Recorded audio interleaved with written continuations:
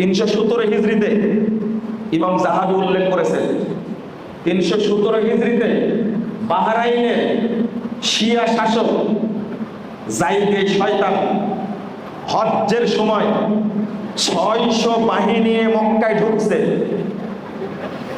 317 হিজরির 7ই জিলহজ এবং 9ই জিলহজ, 9ই জিলহজ সব হাজি কোথায় থাকে?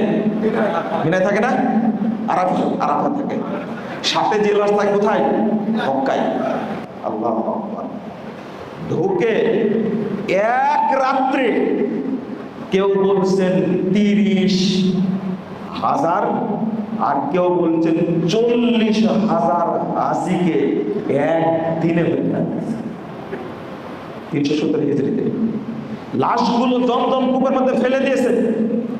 এই শয়তান গিয়ে উলঙ্গ হয়ে মাকামে ইব্রাহিমে দাঁড়িয়ে উলঙ্গ হয়ে পেশাব করেছে। হাজরে আসওয়াদ তাকে ভেঙে নিয়ে আসছে। ইমাম ইবনে কাইয়্যিম উল্লেখ করেছে, ইমাম ইবনে কাসির উল্লেখ করেছে, ইমাম যাহাবি উল্লেখ করেছে। ইসলামে আপনি জানেন না মানে আপনাকে জানতে হবে ইতিহাস। কি করলো এটা? খুব ভালো কাজ করছে, তাই না? 3 বছর হজ বন্ধ ছিল। ওইগুলো অপরাধ না। আর ইরানে কয়টা লোক মারা গেছে তাই বলছে আহারে ইরানে মেরে শেষ করে দিল। এতদিন যাবত 53 বছর যাবত লক্ষ লক্ষ সুন্নি মুসলমানকে হত্যা করছে। আপনার বুক পুড়েনি? আপনার কষ্ট লাগেনি? আর সর্বোচ্চ 2300 লোক মারা গেছে এই বর্তমান ইরান যুদ্ধে। আপনার অনেক লেগে গেল। আপনি বুঝেননি, আপনি বোঝা শিখেন। শুধু তাই, বছরের পর বছর 1258 খ্রিস্টাব্দে ইরাকে ঢুকে শিয়া মন্ত্রী আল মুস্তাসিম খলিফা, মুসলিম খলিফা, এই খলিফার মন্ত্রী ছিল ইবনুল আলকামি।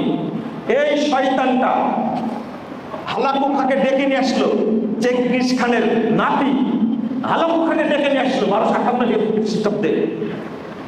29 জানুয়ারি থেকে 13 ফেব্রুয়ারি পর্যন্ত বাগদাদে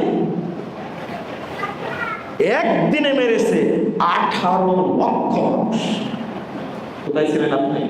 বাগদাদ ছিল সুন্নি মুসলিমদের চারণভূমি। আপনি ইতিহাস জানেন না, জেনে আমার সাথে কথা বলেন। আর আপনি যদি জানার চেষ্টা না করেন, আমি মনে করি আপনার নাম কানা দাজ্জাল কাল কিয়ামতের মাঠে আপনার সাথে দেখা হবে। হিসাব আপনার নেবই। আচ্ছা, আশ্চর্য, সমস্ত সাহাবীকে কাফের বলে, 5 জন সাহাবী বাদ দিয়ে, আর তাকে সাপোর্ট করছে, আর আমাকে বলছেন ইহুদির দালাল। আমি কোন দিন বলেছি আমেরিকার পক্ষে, কোন দিন ইসরায়েলের পক্ষে বলেছি? আমি তো দোয়া করি আল্লাহ যেন ইসরায়েলকে এক রাতে ধ্বংস করে দেয়। বলেন আমি। আপনি কয়েকদিন দোয়া করেছেন। বর্তমান প্রেক্ষাপটে আপনি ইরানের পক্ষ নিয়ে সৌদি আরবকে যে গালি দিলেন, যে গালিগালাজ করলেন, সৌদি আরবে কয়জন লোক থাকে বাংলায়, বাঙালি প্রবাসী? বাংলাদেশ বলেন তো দেখি না, প্রায় 36 লক্ষ মানুষ থাকে সেখানে। আপনার দুলা ভাই ইরানে কয়জন থাকে বলেন তো দেখি, কে বলতে পারেন? কয়জন? ইরানে কয়জন বাংলাদেশি প্রবাসী থাকে জানা নাই? কেন আপনার দুলা ভাই তাও জানা নাই? ইরানে থাকে মাত্র 1600 মানুষ। বাংলাদেশে ইরান কোন প্রজেক্ট করেছে? উত্তর দেন। রোহিঙ্গাদের সহযোগিতা করেছে? আপনাকে আমি এমনি কানা দাজ্জাল বললাম? সৌদি আরব কতটা প্রজেক্ট করেছে? উত্তর দেন। 1980 সাল থেকে এই যাবত পর্যন্ত আমার কাছে হিসাব আছে।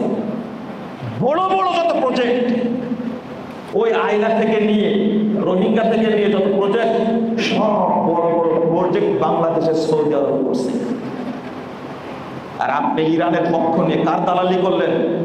আমি দালাল হলে আমি মুসলিম রাষ্ট্রের দালাল, আর আপনি দালাল হলে কাফের মুশরিকদের চেয়ে বড় খারাপ সেটা ইরানের দ্বারা লাভ নেই। কাল কিয়ামতের মাঠে আপনার ক্ষমা হবে কিনা সন্দেহ আছে।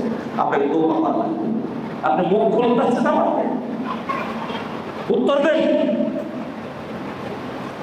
ট্রাম্প নেতা নে হয়ে শয়তান, এই ইবলিসটা কোন সাহাবীকে গালি দিয়েছে? একটা গল্প কথা দেখান তো, দেখান। আয়েশাকে গালি দিয়েছে, আবু বকরকে গালি দিয়েছে, ওমরকে গালি দিয়েছে, দেখান। আর তাদের বই দিয়ে আপনাকে ডুবাই দিতে পারবো। এই ইরানের দুই শয়তান, একটা মুসা বিন খোমেনি আর আলী খোমেনি, নিজের বইয়ের মধ্যে মা আয়েশাকে জেনাকারে বেশ্যা হয়ে এলাম। মা আয়েশা কি বেশ্যা? ইরান সম্পর্কে জানেন না? ইরান শেষ, ইরান শেষ। এতদিন শেষ করেছে আফগানিস্তানকে, শেষ করেছে ইরাককে, বাহরাইনকে শেষ করেছে, লিবিয়াকে শেষ করেছে, সিরিয়াকে শেষ করেছে, ইয়ামানকে শেষ করেছে। এবার আল্লাহ ধরেছে কাকে? ইরানকে। ইরানকে এখানে মাপ পাবেন না, আপনি মাপ পাবেন না বলে দিলাম। ইরানকে আল্লাহ ধ্বংস করেই ছাড়বে ইনশাআল্লাহ। মানে রাফেজিদেরকে আল্লাহ ধ্বংস করবেন। আপনি জানেন, আমাকে যতই গালি দেন আমি পরোয়া করি না, আমি ভয় করে আল্লাহর সামনে উঠতে পারি।